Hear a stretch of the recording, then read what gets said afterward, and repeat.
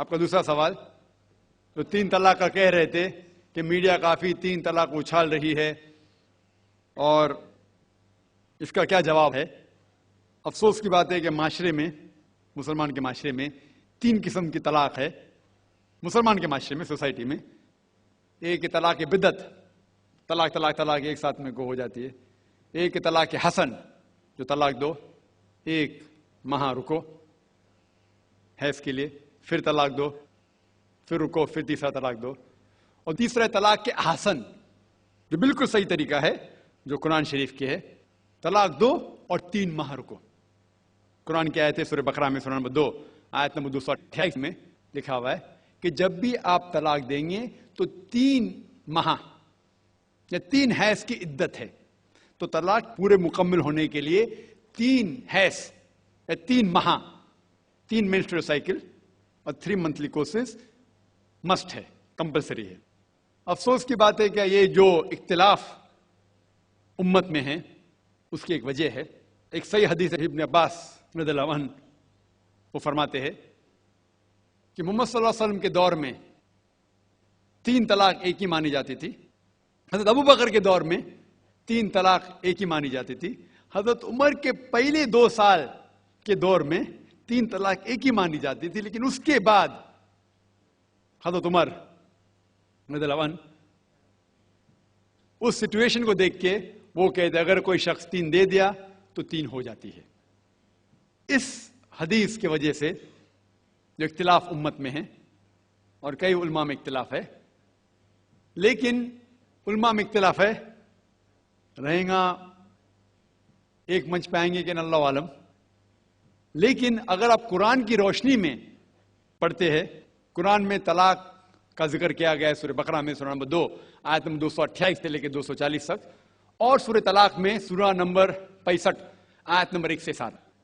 जो कुरान मजीद में तलाक का जिक्र है उसके अंदर यह है कि कभी कोई डिफरेंस ऑफ ओपिनियन, कोई झगड़ा हो जाता है शोहर और बीवी में, तो पहला शोहर बीवी बैठ के बात करे। ऐसा नहीं कि बीवी ने नमक ज्यादा डाल दिया और तलाक तलाक तलाक कह दिया और तलाक हो गया। अगर बीवी में नमक ज्यादा डाला, बोले आपको नमक कम चाहिए, मामला सुलझ जाएगा, बैठ के बात करो। फिर भी बात न बने तो अल्लाह ताला फरमाता है सूरह निसा में सूरह नंबर 4 आयत नंबर 35 में कि आपके दरमियान एक हकम रखो, एक आर्बिट्रर बीवी की तरफ से, एक आर्बिट्रर शोहर की तरफ से। मतलब आर्बिट्रर, हकम कहते हैं आर्बिट्रर को, हकम रखो बीवी की तरफ से और शोहर की तरफ से, और मामला को सुलझा लो। फिर भी अगर बात नहीं माने तो आप फिर तलाक दे सकते हैं। तो तलाक देते हैं तो कई उसके क्राइटेरियाज है कि हैज के वक्त तलाक मत दो, जब आप गुस्से में तलाक मत दो, शराब की हालत में तलाक मत दो। उसके बाद जब तलाक दिया जाता है तो 3 माह रुकना चाहिए। तलाक के आसन है जो बिल्कुल सही तरीका है। तलाक दो और 3 माह रुको, और 3 माह के अंदर अगर आप रुजू करना चाहते हैं अपने बीवी से तो रुजू हो सकते, अल्हम्दुलिल्लाह। अगर 3 माह तक आप समझते नहीं मुझे मेरे बीवी से अलग होना ही चाहिए, तो 3 माह के बाद, इद्दत गुजरने के बाद, आप दोनों मियां बीवी नहीं रहते, आप अलग हो जाते। लेकिन उसके बाद अक्सर मुसलमान भी नहीं जानते ये कुरान की आयत क्या है। कुरान शरीफ में लिखा हुआ है सूरह बकरा में सूरह नंबर 2 आयत नंबर 232 में कि अगर वो शख्स अपनी पुरानी बीवी से फिर से शादी करना चाहता है तो मत रोकिए। तो अगर तलाक हो चुका है सही तरीके से, तलाक के आसन के तरीके से, और 3 माह हो गए, इद्दत गुजर गई, 6 महीने बाद अगर लगा भाई जो मैंने क्या गलत किया, मैं फिर से शादी करना चाहता है, तो वो आदमी अपनी पुरानी बीवी से फिर से निकाह कर सकता है। लेकिन नया निकाह नया महर, नया निकाह नया महर, जो कई मुसलमान नहीं जानते। अफसोस की बात है कि हम मुसलमान कुरान को तर्जुमे के साथ पढ़े ही नहीं, सही हदीस को तर्जुमे के साथ पढ़े ही नहीं। अगर हम कुरान शरीफ को सही तरीके से पढ़ेंगे और सही हदीस पे अमल करेंगे तो ये जो गलत फहमियां हैं दूर होंगी।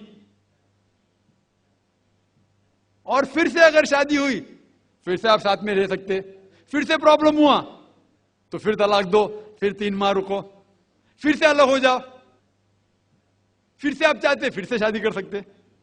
3 बार जायज है, तीसरे बार आखिरी बार है, उसके बाद आप फिर से शादी नहीं कर सकते जब तक वो दूसरी किसी से शादी नहीं करे।